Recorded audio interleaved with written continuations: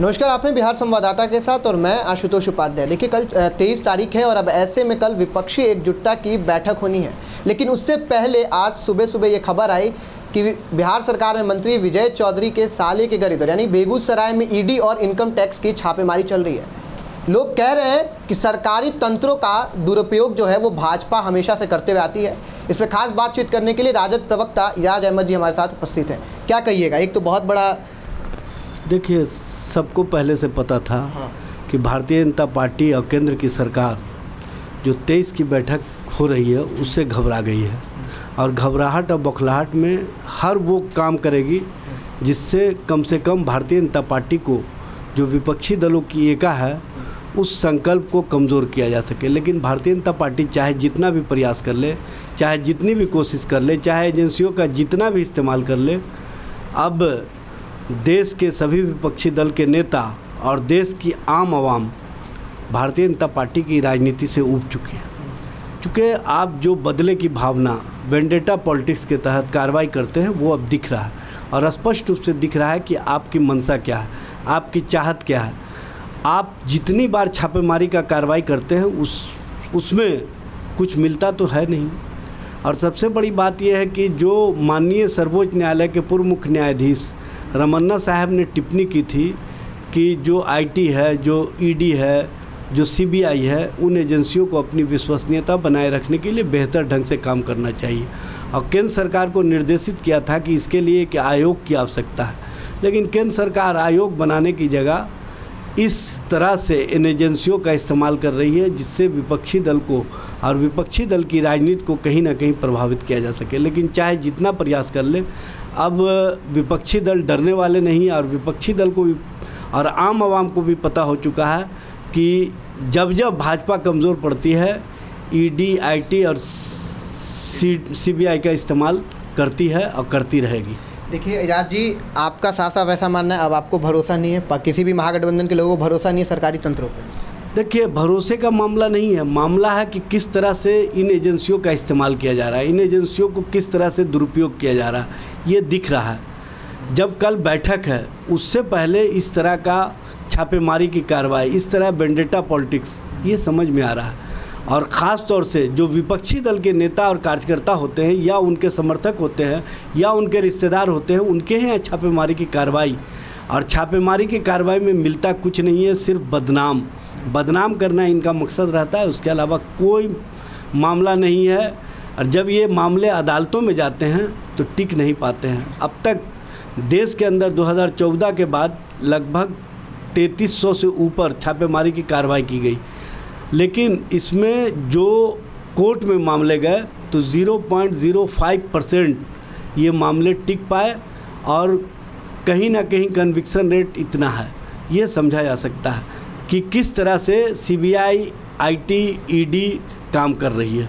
कल अरविंद केजरीवाल पटना, आज अरविंद केजरीवाल पटना आ जाएंगे, साथ में भगवत मान भी होंगे, संजय सिंह भी होंगे, राघव चड्ढा भी होंगे, गुरुद्वारा भी जाएंगे मत्था टेकने। लेकिन उससे पहले उन्होंने एक वीडियो जारी किया है जिसमें उन्होंने स्पष्ट कहा है कि जो केंद्र का अध्यादेश है उसके खिलाफ सारी पार्टियों को एक होना होगा और उसके खिलाफ पार्लियामेंट में आवाज़ उठानी होगी एक तरीके से। देखिए, ये बैठक हो रही है सारे मुद्दों पर और हम मोदी से ज़्यादा मुद्दों पर चिंता रख रहे हैं, क्योंकि देश के अंदर जिस तरह से लोकतंत्र और लोकतांत्रिक प्रक्रिया को कमज़ोर किया जा रहा है, जिस तरह से संवैधानिक व्यवस्था को कमज़ोर किया जा रहा है, जिस तरह से माननीय सर्वोच्च न्यायालय के द्वारा दिल्ली सरकार को अधिकार दिए जाने की जो अनुमति प्रदान की गई, उसको कहीं ना कहीं ताक पर रख करके भारतीय जनता पार्टी और केंद्र सरकार अध्यादेश ला करके माननीय सर्वोच्च न्यायालय के फैसले को भी अपमानित करने का काम किया। ये स्पष्ट रूप से दिख रहा है। इसलिए भारतीय जनता पार्टी जो अपने हिसाब से देश की राजनीति करना चाहती है, अपने हिसाब से लोकतंत्र और लोकतांत्रिक व्यवस्था चलानी चाहती है,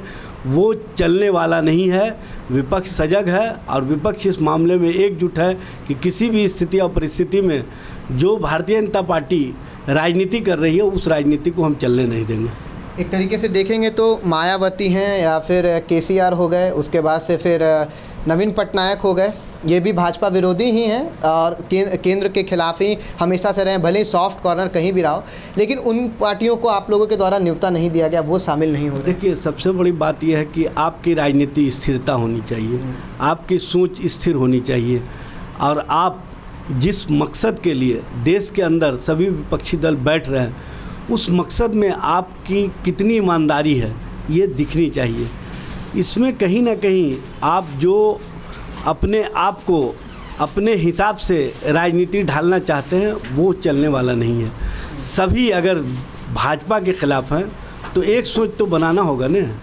आप अपने हिसाब से राजनीति का व्याकरण नहीं न कर सकते हैं, व्याख्या नहीं न कर सकते हैं, और कुछ लोग अपने हिसाब से राजनीति का व्याख्या करना चाह रहे हैं, जो किसी भी स्थिति और परिस्थिति में जो विपक्षी दलों की एका का संकल्प है, चाहे जो भी दल हों, उनको एक बात के लिए एक मत होना होगा, ईमानदारी से आगे आना होगा कि हमको सभी के साथ मजबूती से खड़े रहना है, और मजबूती से जो भाजपा को हराने का संकल्प है या जो मुद्दों के आधार पर केंद्र सरकार को घेरने का संकल्प है, उसमें हम मजबूती से खड़े रहेंगे, ये दिखना चाहिए।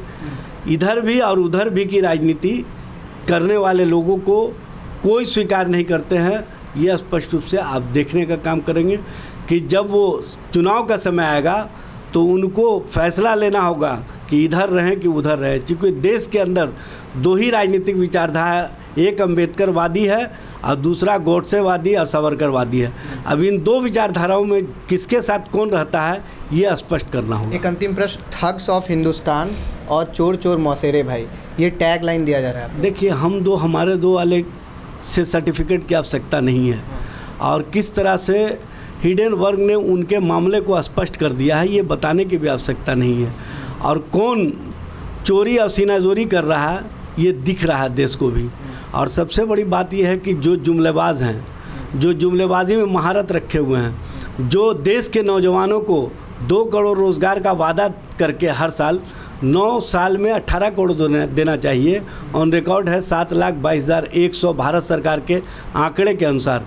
तो ठग कौन है ये सब लोगों को पता है। देश के नौजवानों से पूछिएगा कि देश के अंदर सबसे बड़ा जुमलेबाज और सबसे ज़्यादा ठग और भ्रम की राजनीति करने वाली कौन पार्टी है, तो एक ही पार्टी का नाम लेगी जिसका नाम है भारतीय जनता पार्टी। इसलिए सर्टिफिकेट उन लोगों से नहीं चाहिए जिनके खिलाफ सब लोग खड़े हो गए हैं, वो सर्टिफिकेट बांट रहे हैं। इसका मतलब है कि उनकी स्थिति बहुत ही भयावह हो चुकी है। सर्टिफिकेट उन लोगों से नहीं चाहिए जो लोग खुद उन लोगों के साथ खड़े होकर आ गए हैं। और आपको किसको सर्टिफिकेट दे रहे हैं, यानी कि आपकी क्या राय है, कमेंट बॉक्स में ज़रूर बताइएगा। कैमरामैन दीप के साथ मैं आशुतोष, पटना।